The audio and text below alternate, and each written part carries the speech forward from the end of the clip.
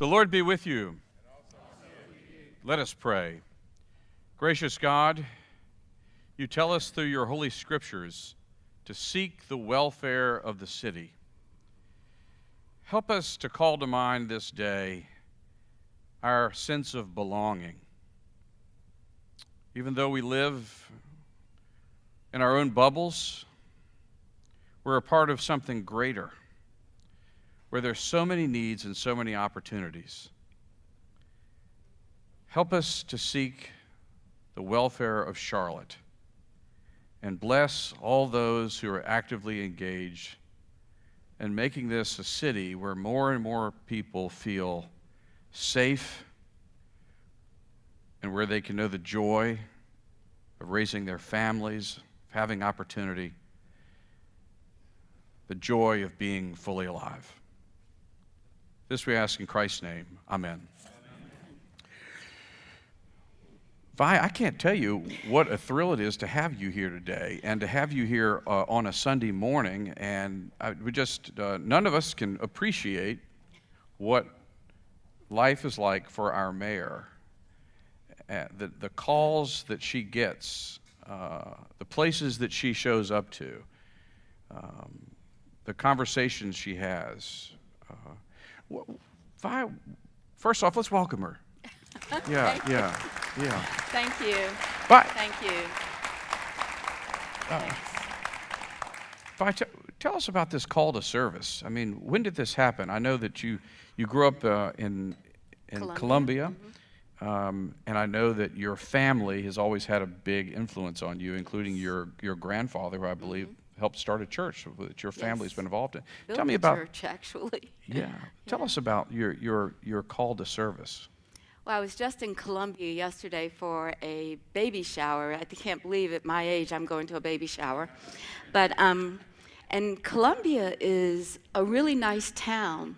But I think about Columbia and I compare it to Charlotte. I came here to go to Queens when it was a college for women. And I look at Columbia, and it's still pretty much the same place it was when I graduated from high school. And I think, what's the difference there? And I believe that Columbia is kind of a government and university town, and it flourishes in that respect.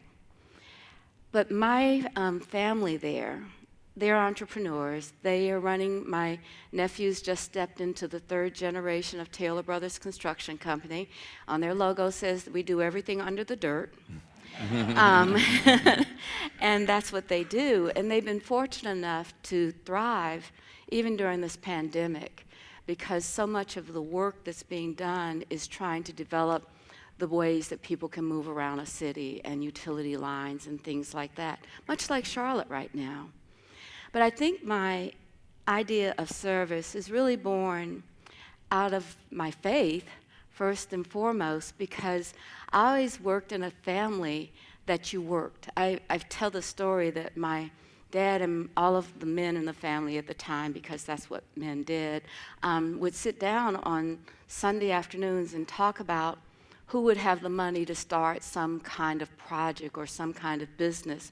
And they banked among family, and that's how we lived. I mean, we lived very close-knit in a family of faith, a family that supported each other, a family that made things possible for each other. And I think that's what I feel about this great city that we live in. I hope that it's a city where we will support each other and that we will make opportunities for all. By the nature of me being a faith leader, I've been in the room with you in a number of different contexts. There were both celebratory moments as well as moments of great confusion. We were all together down at the Foundation for the Carolinas talking about what was going to happen with COVID. I've also been with you when you've comforted a family who's lost a loved one in a tragedy.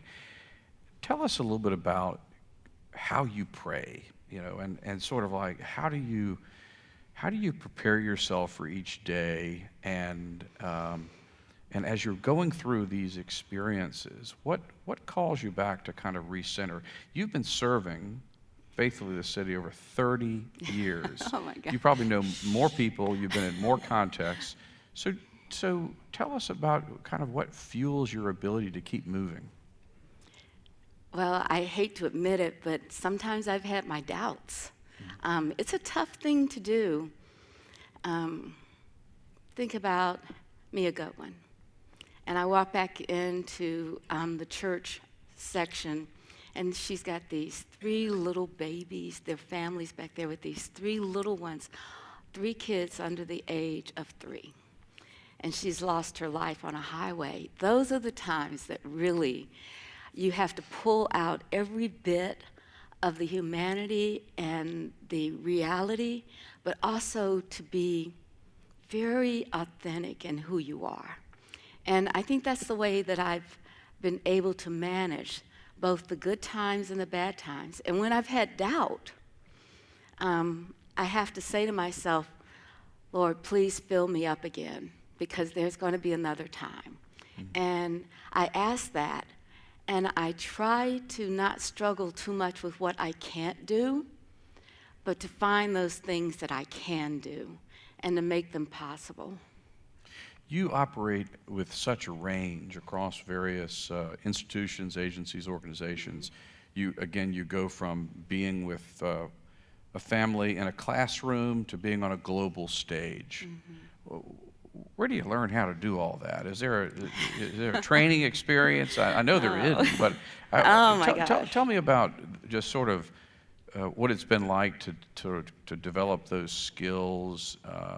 And I'd like to also hear you say, for those of us who are trying to figure out how to live in the civic space, with all the conflict and all the things that we know that we're dealing with, what does it require of you to be in that space where there are all these voices, and what would you say to us about what it takes to be a citizen in Charlotte?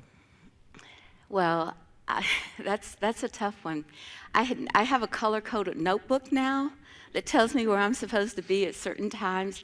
I have a team actually that has to help me, but it wasn't like that when I first started out as mayor. I just go anywhere by myself. I just walk into anything and just have a great time.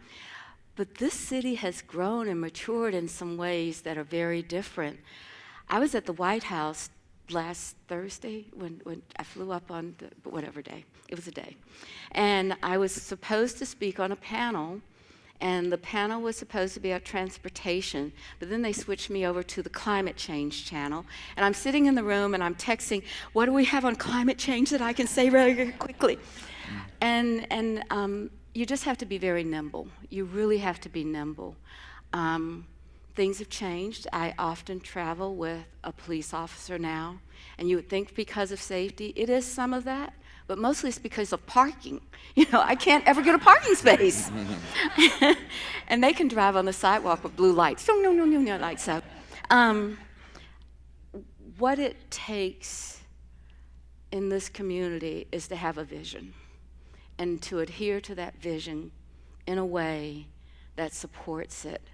And not to step out on your own, but to step out with a community foundation. If I just started talking about, we're going to do something that is just from me, I'm not representing this community. So I'm very, very careful to stick to our primary goals for this community. The things that you've heard us talk about. We want to make sure that people can have a safe and decent place to live. We want them to have a good paying job that allows them to live in that space. And we want to be able to move them around this community so that they have time to cultivate community, to be in their community houses of worship, to be able to be the Boy Scout or the Girl Scout leaders. And if I can continue to focus on that, and what I think the community has to just do is that if those are not the priorities, to let us know. Now, one way is by your vote, but another way is by actively engaging in those things that you think we ought to be doing or things that we are doing to make them go very well. So you mentioned 3 priorities, and I told you in advance I was going to ask you what you thought the top 3 or top 5 were. So before we do that, let's try to put this in the context of what we're trying to figure out, and that is, what is the post-pandemic Charlotte that we're living in? We're trying to figure that out in the life of our church. What is the post-pandemic church that we're living in? So can you give us sort of a bird's eye view of how the city has changed or is changing, and then that which is to be determined because of the pandemic? Wow, that's a big question, and I would say that the most important thing that we're trying to do right now is figure it out. You know, we have 150,000 jobs located within a quarter mile of the center city.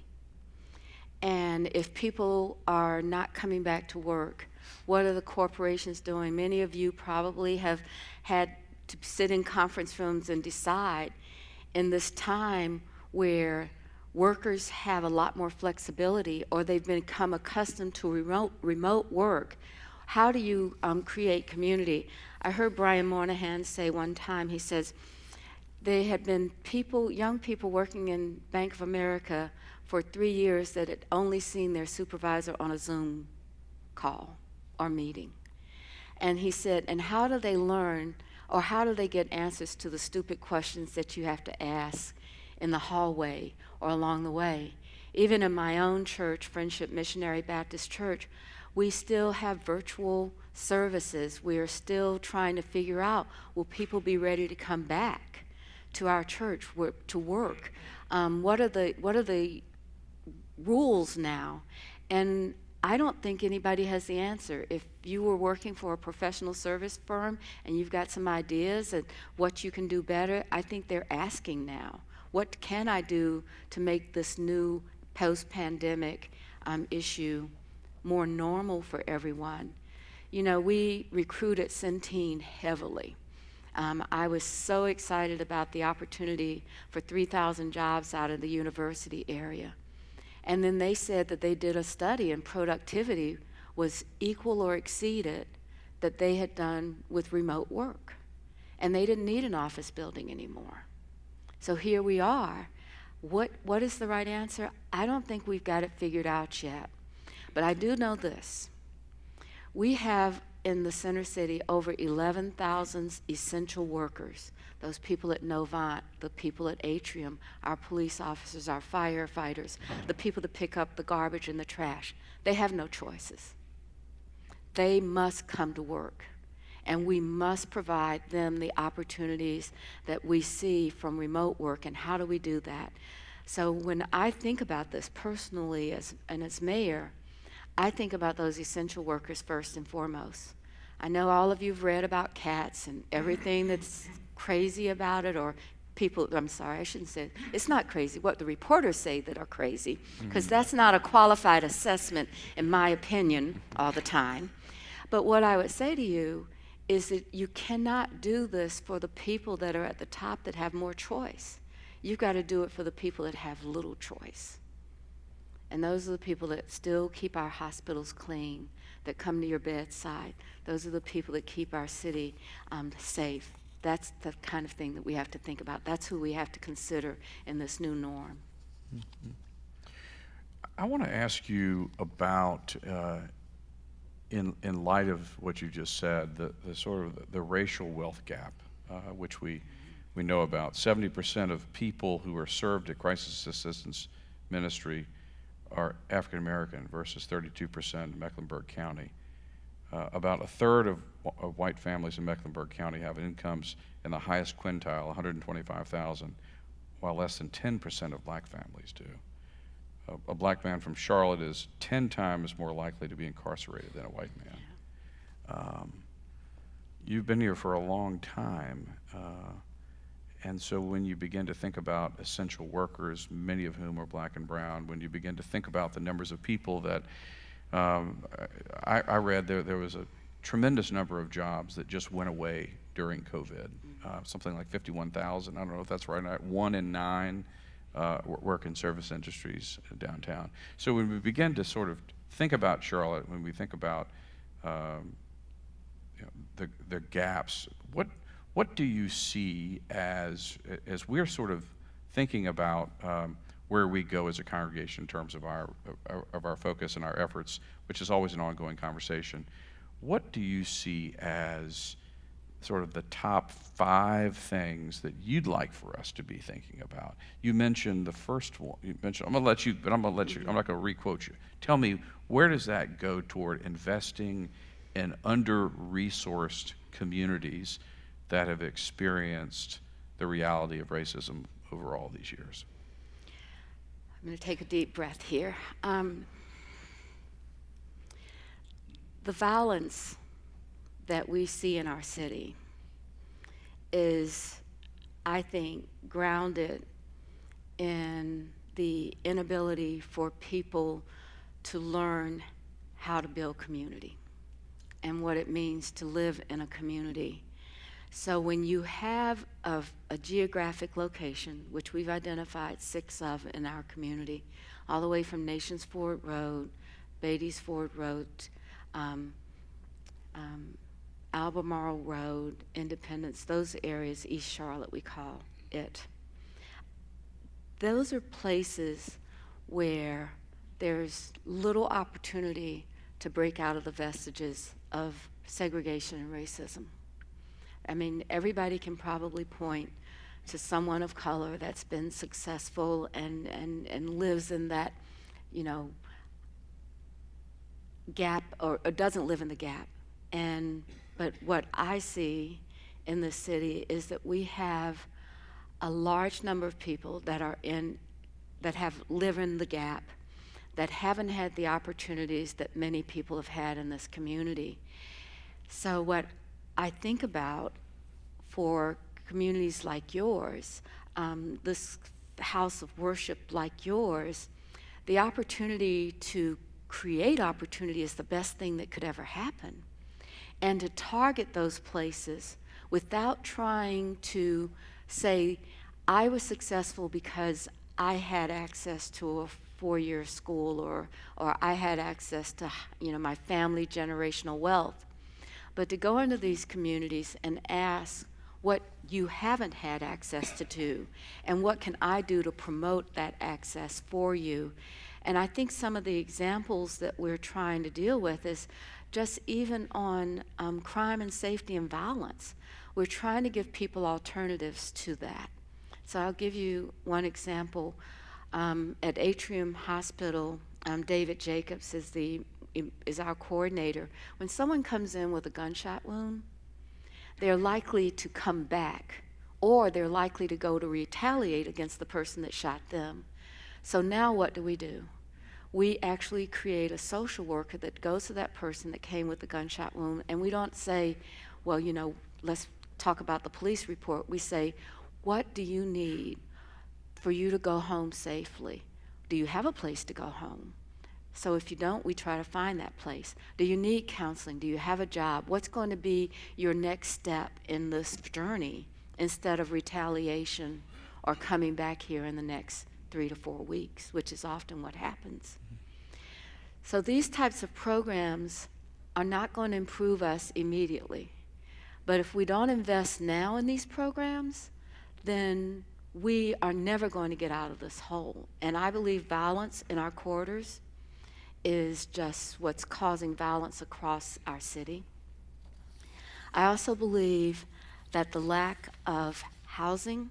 So there was a shooting a couple of weeks ago in a Charlotte public housing complex, and it was the grandson of the senior that's living there. So your grandson comes out and he says, I have no place to live, but he doesn't change his habits. And the grandmother says, of course you can come here.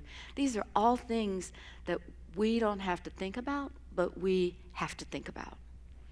So when you are building this great community, what can you do that creates opportunities? What connections can you make? In terms of faith communities, what I'd like to really see, and I've asked this in ways that I hope you can hear it, is that churches in this community and houses of worship in this community own a lot of property. Sometimes many of the members of this community would own property. Who do you rent to? Do you do affordable rents? Do you have to make enough money to, I understand you have to make enough money to make it feasible for you, but do you have to make rents go up to $1,500 and $1,200 for people that can only afford $500 to $600 or $700? Are there opportunities for land to be used to create more density in housing? If you build a gymnasium, could you build housing on the top? Look at the Y on Park Road. They've done that. They took their land and they built the things that they needed to serve their community, but they also built housing in addition to that to serve others, and then they invite those folks to participate in that community. Those are the kinds of programs and activities we need commitment for. So on the housing side, just to put it in context, I always want to appreciate that we have a lot of people here that have just moved to Charlotte and don't necessarily know it. And there's an argument can be made that we need to relearn Charlotte since we've been in our, in the situation we've been in for the last 2 years. The current shortage is, I understand, 21,000 homes that we need to build, something. Probably more than that. More than that. Yeah. And to put it in 27, perspective, something like that, yeah. The housing choice voucher, the Section 8, that list has closed, right? So there's 6,000 people that are on the waiting list for housing. 21,000. Explain to me about the role that private equity is playing to kind of disrupt the housing situation. 1 out of every 3 homes is purchased by private equity. Yeah. So when did that start? And Where's Nelson? He can probably tell this better than I yeah. can. Yeah. So I use the example, Hidden Valley was one of the largest suburbs for, I think, during the time that suburbs were being built. It was reasonable ranches, 1,200, 1,500 square feet, maybe some split levels at 2,000 square feet, and it was a great middle-class community. Transition, it moved from being a white neighborhood to an African-American neighborhood. Harvey Gantt and Cindy Gantt used to live out there for a while before they moved uptown. So now it is a community that I think about 27 to 30% is owned by private equity firms. And what are they doing? They are renting or slapping a couple of coats of paint, maybe a new front door, and then they're selling for amounts. And usually, even with the private equity firms, investors in this community are buying those houses from private equity firms because they see them as opportunities. It's almost like there's no more land in Charlotte, and you got to make as much money as possible off of the land that you have. And it is amazing how much wealth was created during the pandemic and how that wealth is being used to generate additional wealth with private equity firms. This is happening all across the country. I think it started out in the Midwest, and now it's approaching communities like ours. I don't have an answer for it. It's almost like I wish I could get all of the realtors together and say, is there a way to resolve this? I think about it like the housing crash.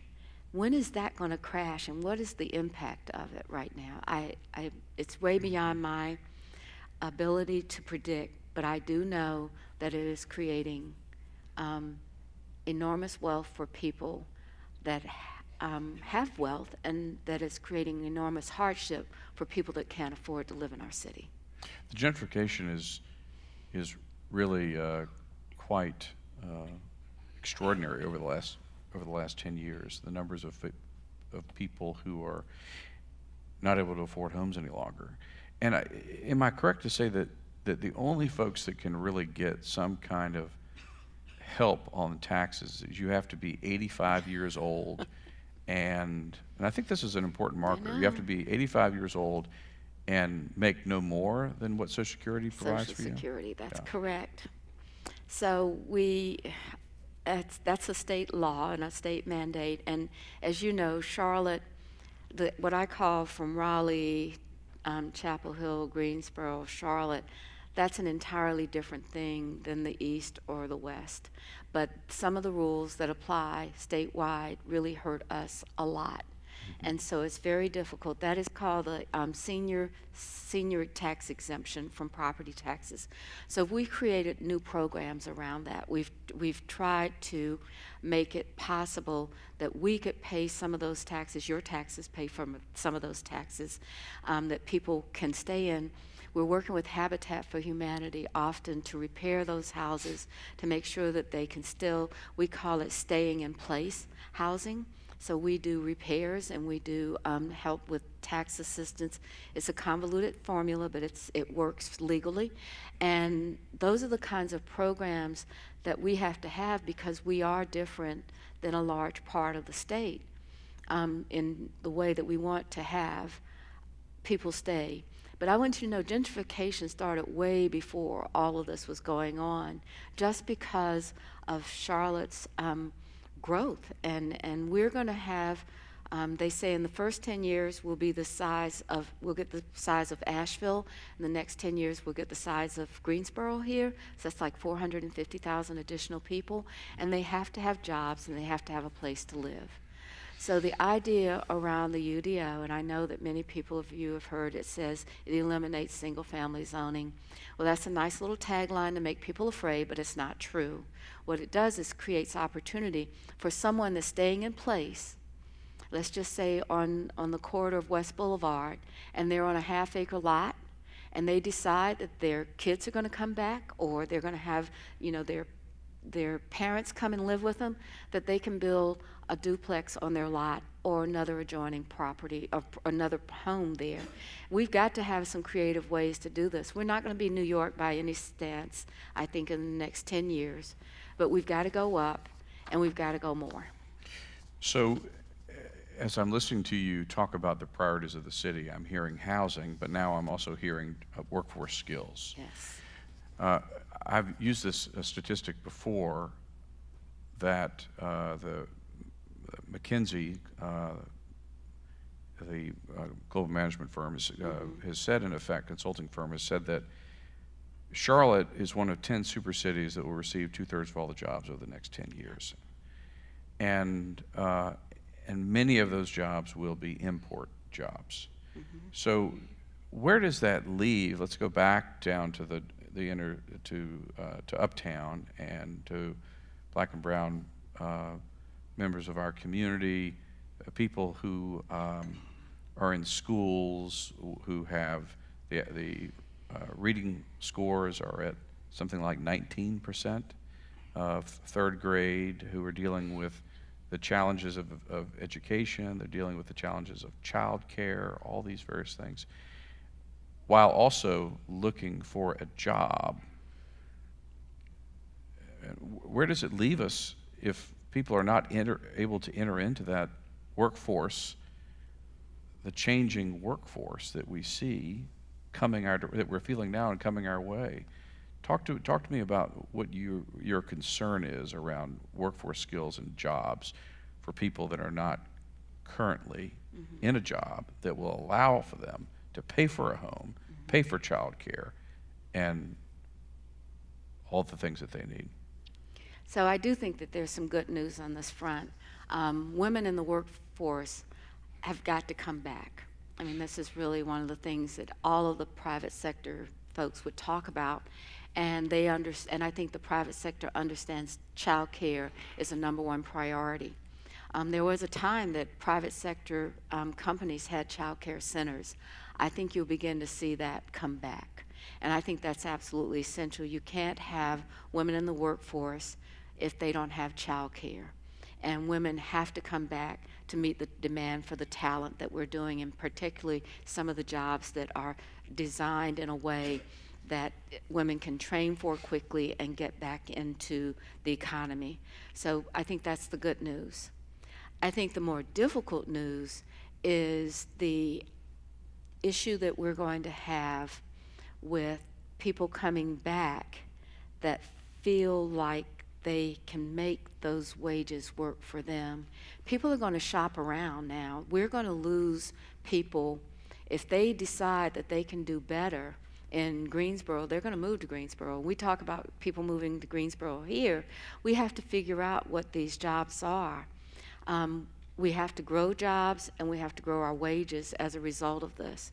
Benefits and wages are going to be more influenced by worker availability. Now, what does that really mean?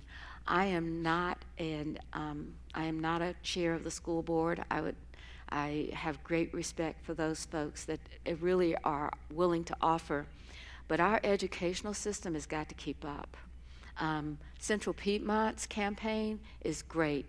5,000 of the medical innovation district 5,000 of those jobs will require an associate's degree, and Central Piedmont is gearing up for that. But we also have to gear up in our public school system, where we have great disparities among people that have, what someone told me, that kids used to have to come to school with 3,000 words, and now they have to come in with 5,000 words, and probably everyone's child in here can do that. My grandchildren can, because they're special, they're really smart, But I say that because in our Title I schools, kids don't come in knowing what the alphabet is. So we've got to invest in our public school systems. And I know that's a hard thing when there's so much competition, but think about this. Why is housing in South Charlotte so difficult to get? It's because anyone that wants to see their children successful wants them in the very best schools. Where are the very best schools? They're in South Charlotte. So their housing prices go up. It's like the cycle is just going on and on. So why can't we create good schools on the west side so people can choose to live there? It's because we have to invest. Now, I have some specific things that I often suggest to my friends on the school board. One, I think that kids have to understand what work means from starting with first grade. They've got to learn teamwork. They've got to learn supporting each other. They've got to learn respect for authority. All of these things that you have to do. I probably shouldn't have said respect for authority. I need to figure out a better way to say that. But they have to understand, and by the time they're in middle school, they have to understand what jobs are available. And we have to go back to our trades jobs, because trades are no longer like what we think they used to be, like, the plumber or individually. The plumber owns a franchise, and he's making money off of every plumber that he hires to come out to your house at midnight to fix your plumbing. And these are jobs that are very real, and businesses that can be formed and shaped to support a community of our size. And we've got to make that a proud way of doing work. I live out close to South Park, and I come out and I see those drywall workers coming out. They're all women. They're all women doing drywall now. So I'm really glad that they're doing that, but we've got to start that for our own people here in Charlotte. And that starts by if you're in middle school and you don't have an idea of what the career spectrums are, then we have lost you already. So we've got to figure that out. There's great jobs and great opportunities, firefighters, police officers, people like that. There should be career paths in middle school that allows people to explore it and make a decision. I think that's one of the most important things we can do to have the talent that we need that's not going to be imported. So I know the city's got the Rise to Work program for adults. Where do you see, it's such an interesting connection between education and work. Very, very, very important that, many people didn't start thinking about what they were going to do for a living until they were, hopefully some of them are doing that when they're in college, you know what I mean? But to go back into to public education, I find this just a really important thing. The future of work and the future of education. What do you think also are maybe some soft skills that kids need to learn that are so critical? Well, if you've never seen people actively going to work, if you live in communities where there are no jobs and people aren't working, then you can't figure that out, because I'm not so sure that's what a school could teach. We can supplement that teaching, but part of it is creating a path that people understand people get up in the morning, they go to work, they come back in the afternoon, they work, they start with their families, they have family meals and things like that, which I'm not sure exist anymore. I probably shouldn't have said that, family meals, but I just I think that the real change is mentoring and role modeling and taking a chance for something like that. So creating a program like that and having kids at the Y, like the Stratford Y or the Y out on Albemarle Road, see these things and seeing people that do them and talk about them with enthusiasm and feel valued because of it. I think that's the kind of thing that can be done, that we need more of it. We have a summer youth employment program. We teach how to dress, how to show up on time. These are small things. When Rhett worked at the DNC, and I did too in 2012, and I remember one of the young men coming in, and he was probably 18. Nobody had taught him how to tie a tie. And I remember Tori Jessup standing there teaching this young man how to tie a tie because he was going to go into a room where there were ties. The first time at the age of 18. Now, that's a remarkable thing, but Tori was one person teaching 3 young men to tie ties. Imagine if we all adopted a family or a group of people that we taught them to tie ties, but we also taught them, the value of showing up on time, the value, how to shake a hand and look someone in the eye. These are social skills that many people in our community do not understand. And I don't know if the world will change, that you don't have to do that, but right now it is what it is, and so let's go ahead and tackle it and make it possible. So I'm hearing a priority around housing, I'm hearing a priority around job skills training, and you're linking it directly to education there. Housing, education, job force skills. I've heard you speak also about mobility, not transportation, but mobility. Right. So how did you, tell us about, where does that fall in your priorities right now? Wow. So People got to get to work, you say. people have to get to work. We have to have a system that works not just for Charlotte, but when you talk about the import of workers, when you look, Huntersville is now the 2nd largest city in Mecklenburg County. Their housing values are, higher than most of the surrounding counties. And then you've got Cornelius, and then you've got Davison, and then you've got Mooresville. All of these are places where people are going to live that they need to get to work. Now, we know that people love their cars, but we also know that a parking space is now $25,000. Somebody nod if I'm getting it too much or whatever, but it's a lot.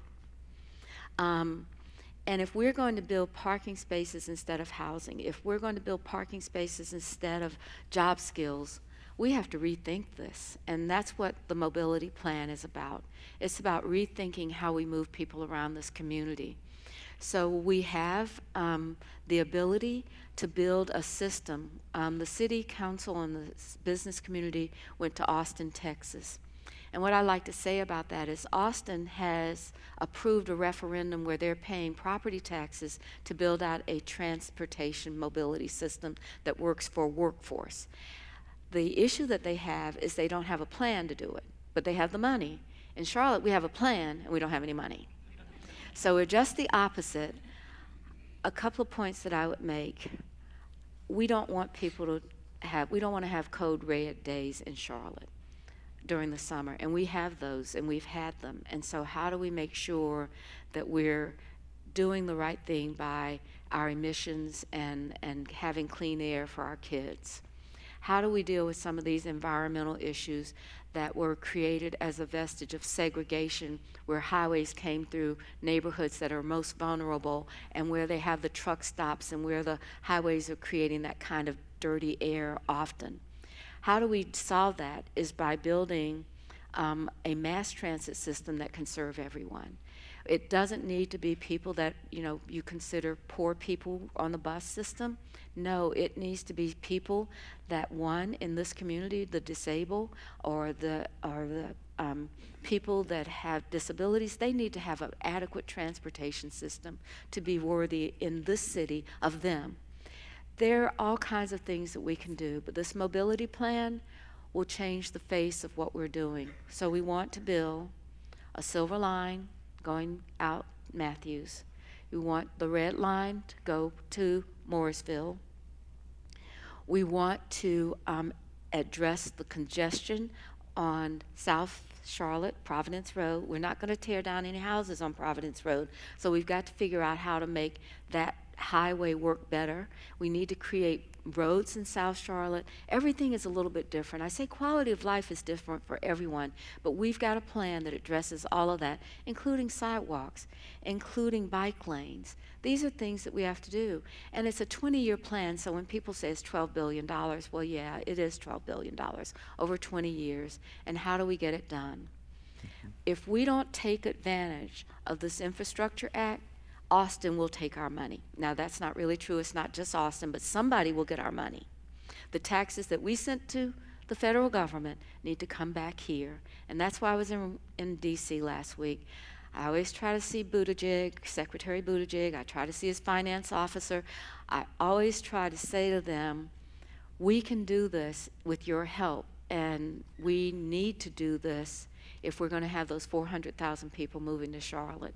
Because they're not just going to come and live in Charlotte. They are going to live in Huntersville. This is all based upon a regional plan that connects every part of Mecklenburg and would lay the foundation for Concord, Gastonia, all of these other communities. Eli Lilly is going to make insulin on the old Philip Morris site. That's 6 miles from the end of the blue line at UNC Charlotte to that site. They're going to have 2 shifts operating. I think the number is 600 employees. Now, if there are jobs that our folks in Charlotte that don't currently have that skill in manufacturing, they can go to Eli Lilly and we can just pay $6 million to connect that rail line to those jobs. That's of our benefit, because that will provide the opportunity for people that live here. I want to talk about philanthropy. You and I have talked about this before, and as we, what we'd love to see is systemic change in all these various areas. And you said before, the reality is that there's a sense that there's an incrementalism that we have to embrace, but we've got to, we can supercharge it if we all get involved. So we've got public money, and then we've got private money. And one of the things that you have encouraged people to think about is what to do with money, philanthropy, relative to what you want versus what the city needs. Yeah. Would you speak to that? Yes. I think I was supposed to send you that study, and I didn't. I am so sorry. No, I just thought about that. There has been a study of, we're in foundation, our community foundation, the Foundation for the Carolinas, is now in the top 10% of foundations across this country. And there was a study done about the top 10% of foundations in the country, and they analyzed where the funding was given to the community and who was most impacted by those grants and those gifts that were made. And basically what we found is that because we are, as a community foundation, a donor-advised fund, meaning I like Queens, I'm going to set up a scholarship for Queens. Well, is that the best way to use the funding? And they found that Charlotte was really more donor-advised than community-based in gifts, because people come in and they say, this is what I want. But I think what we need to do is say, what do we need to do, and can I provide that as a part of my gift? Versus deciding in advance, because I've always made it that way, this is what it's going to be. And I think this is a real response for us. It's almost like the Chetty study. It's a study that says we can do more if we gave to African American organizations more money, we could jumpstart a number of really significant efforts as instead of having restrictions for donor-advised funds. And I don't think that we do this with any thought. It's just kind of like this is the way it's always been. But we can't be who we have always been and be successful in this community as opposed to some of the other places across the country. We are already at our best. Let's get to the better best. That's not even a term. So let's get to be better by inclusiveness in both our philanthropy as well as the other initiatives that we've talked about, housing, jobs, wages. All of these things make the city better for everyone, everyone. And that's what we need to focus on. Well, I told you I was going to leave you with giving us a charge. Mm-hmm. So as we think about emerging out of the pandemic, we have been consistent and faithful throughout the pandemic and have done some incredibly important things in the life of the city, which it's our legacy. Mm-hmm. What would you encourage us to think about if we were to take our time, talent, and treasure as a church, both in terms of what we have in our operating budget, our philanthropy? The risk is our philanthropy here becomes like a donor-advised fund, right? Mm-hmm. So if we were to take our philanthropy, if we were to take our time, talent, and treasure, where would you send us out right now to join, not take over, Mm-hmm. join Mm-hmm. to address the core issues that you see in our city post-pandemic? Some that were pre-pandemic, obviously. Many were post-pandemic. Where would you, if I said, tell us where to go, where would you send us? Well, first of all, I want to say thank you. Thank you, each and every one of you, for being the kind of faith-based church that would ask that question. I mean, that's very, very significant. We can always get in our boxes, and you're stepping out, and I want to say thank you all for that. It's meaningful. It sets a standard that can be followed. So Chip did ask me about that. And so what I'm going to say is there's some intersections that you have choices. You know, when you think about your time, well, let me start back. This intersection is where race and poverty and opportunity meet. So when I look at this, can you figure out where we can address the issues of systemic racism, we can do something about poverty, and we can build community in it? I think those are the kinds of things that we have to do. So what I would say today, individually, if you have the opportunity to actually provide affordable housing to anyone, and maybe not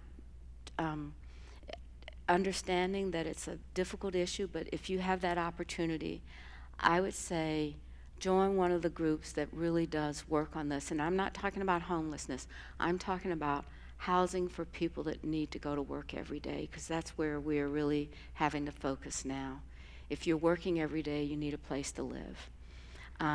Homelessness is a bigger issue, but I think housing for people that work is very important.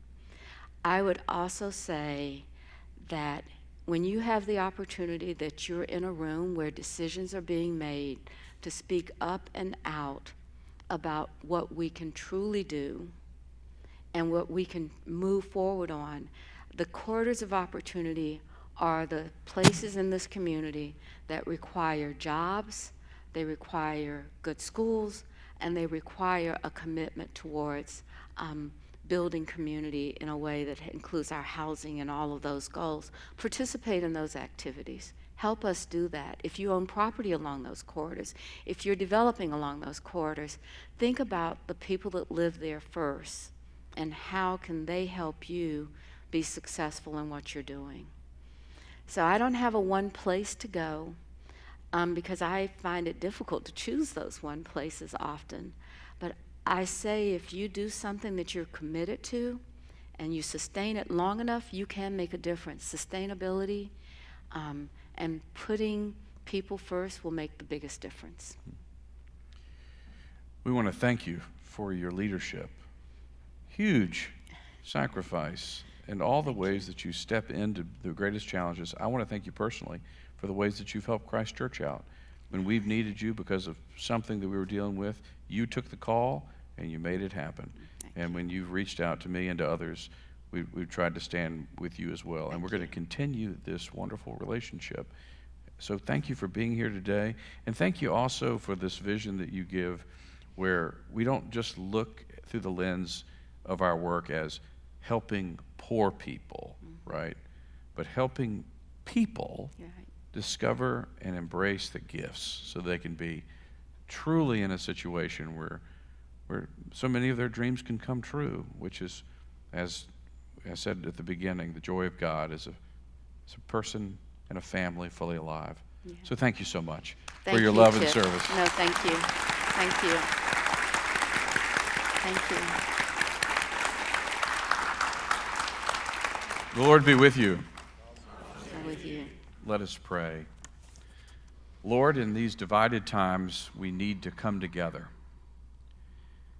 We need to set aside those things that we're tempted to use to separate us, our disagreements, our different points of view. Lord, help us to have a different vision. Help us to seek the welfare of the city across all of our differences. Help us to come together and to use our time, talent, and treasure to make Charlotte the city that we just aspire for it to be, which is a city of opportunity, of safety, and a city of love. Amen. Amen. Thank you. You. You guys are great. Thank you.